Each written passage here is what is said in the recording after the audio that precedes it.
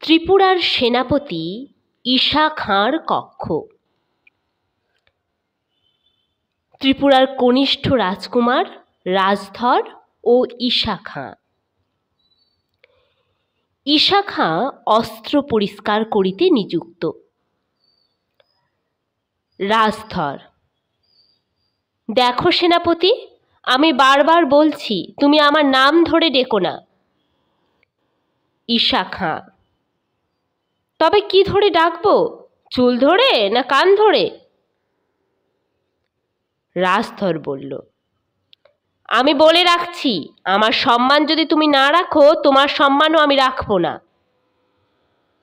ঈশা খাঁ বলিল, আমার সম্মান যদি তোমার হাতে থাকবার ভার থাকতো, তবে কানা করার দরে তাকে হাটে বিকিয়ে আসতুম।